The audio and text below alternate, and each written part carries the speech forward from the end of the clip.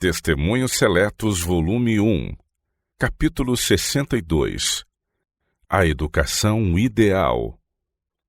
A mais bela obra já empreendida por homens e mulheres é lidar com espíritos jovens. O máximo cuidado deve ser tomado na educação da juventude para variar de tal maneira a instrução que desperte as nobres e elevadas faculdades da mente. Pais e mestres acham-se igualmente inaptos para educar devidamente as crianças, se não aprenderam primeiro a lição do domínio de si mesmos, a paciência, a tolerância, a brandura e o amor. Que importante posição para os pais, tutores e professores! Bem poucos há que compreendem as mais essenciais necessidades do espírito e a maneira por que devem dirigir o intelecto em desenvolvimento, o pensar e sentir crescentes dos jovens. Há tempo para instruir as crianças e tempo para educar a juventude, e é essencial que essas duas coisas sejam combinadas em alto grau na escola. As crianças podem ser preparadas para o serviço do pecado ou para o serviço da justiça. A educação em tenra idade molda-lhes o caráter tanto na vida secular como na religiosa. Diz Salomão: instrui o menino no caminho em que deve andar e até quando envelhecer não se desviará dele. Provérbios 22, verso 6. Esta linguagem é positiva. Esta instrução recomendada por Salomão é dirigir, educar e desenvolver.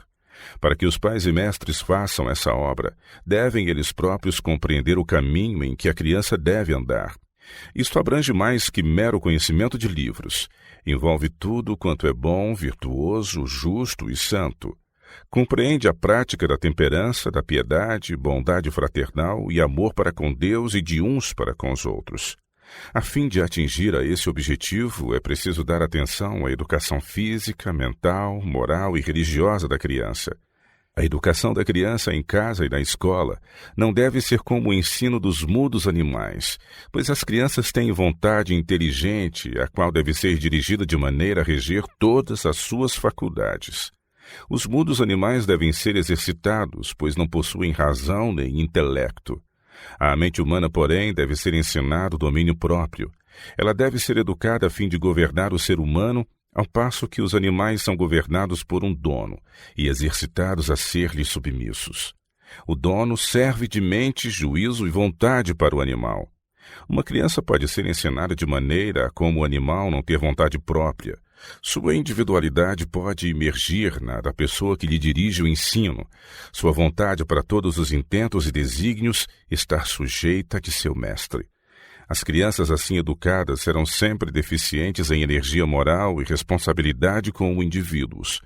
Não foram ensinadas a agir movidas pela razão ou por princípios. Sua vontade foi controlada por outros e a mente não foi chamada a expandir-se e fortalecer-se pelo exercício. Não foram dirigidas e disciplinadas com respeito à sua constituição peculiar e à sua capacidade mental de modo a desenvolverem as mais vigorosas faculdades da mente quando necessário.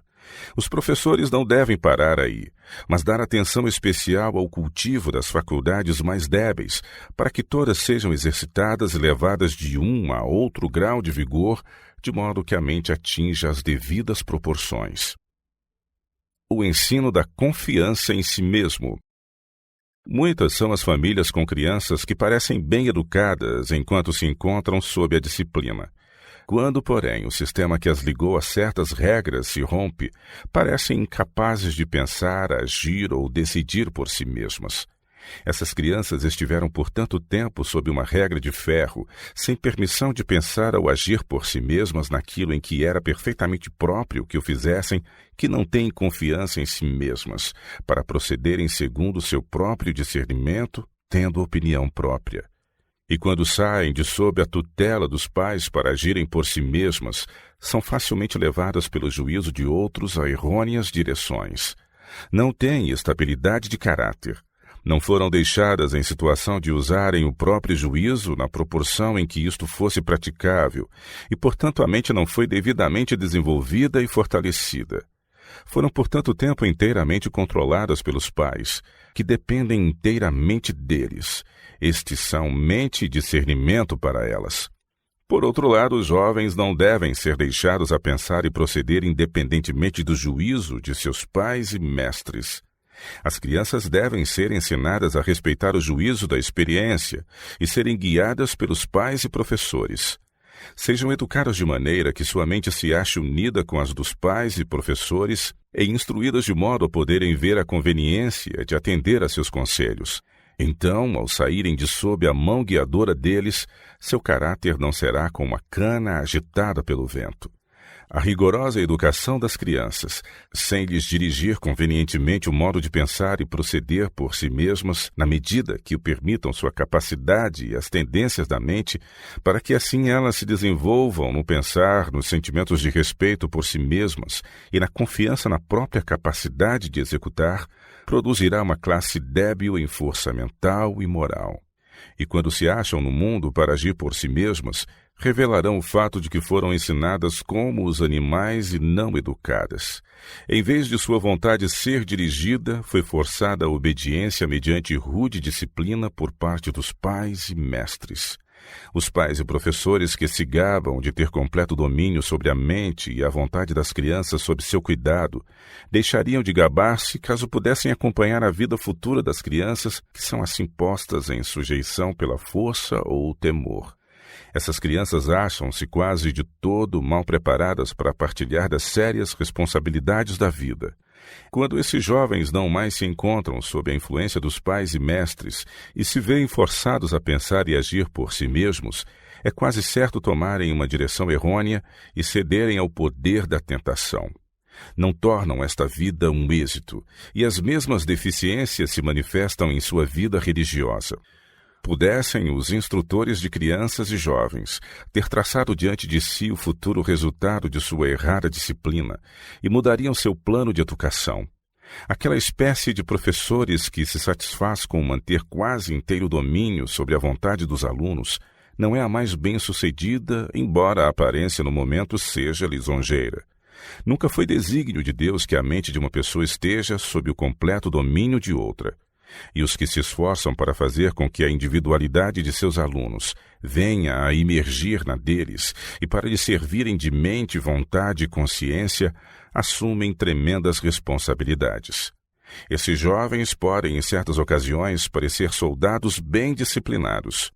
Uma vez, porém, removida a restrição, ver-se-á a falta de ação independente oriunda de firmes princípios neles existentes. Os que tornam seu objetivo educar os alunos de maneira que estes vejam e sintam estar neles próprios o poder de formar homens e mulheres de sólidos princípios, habilitados para qualquer posição na vida, são os mestres mais úteis e de êxito permanente. Talvez sua obra não se mostre ao descuidoso observador sob o aspecto mais vantajoso, nem seja tão altamente apreciada como a dos mestres que dominam a mente e a vontade dos discípulos pela autoridade absoluta. A vida futura dos alunos, porém, manifestará os frutos do melhor sistema de educação. Há perigo de tanto os pais como os professores comandarem e ditarem demasiadamente, ao passo que deixam de se pôr suficientemente em relações sociais com os filhos e alunos. Mantêm-se com frequência muito reservados e exercem sua autoridade de maneira fria, destituída de simpatia, que não pode atrair o coração dos educandos. Caso reunissem as crianças junto de si e lhes mostrassem que as amam e manifestassem interesse em todos os seus esforços, e mesmo em suas brincadeiras, tornando-se por vezes mesmo uma criança entre elas, dar-lhes-iam muita satisfação e lhes granjeariam o amor e a confiança. E mais depressa as crianças respeitariam e amariam a autoridade dos pais e mestres. Os hábitos e princípios de um professor devem ser considerados ainda da maior importância que suas habilitações do ponto de vista da instrução. Se ele é um cristão sincero, sentirá a necessidade de manter interesse igual na educação física, mental, moral e espiritual de seus discípulos. A fim de exercer a devida influência, cumpre-lhe ter perfeito domínio sobre si mesmo e o próprio coração possuído de abundância de amor para com os alunos, amor que se manifestará em sua expressão, nas palavras e nos atos. Ele precisa ter firmeza de caráter, e então poderá moldar a mente dos alunos da mesma maneira que os instruir nas ciências. A primeira educação dos pequenos molda-lhes em geral o caráter para a vida. Os que lidam com a infância devem ser muito cuidadosos em despertar as qualidades do espírito, a fim de melhor saberem como lhes dirigir as faculdades para serem exercitadas da maneira mais proveitosa.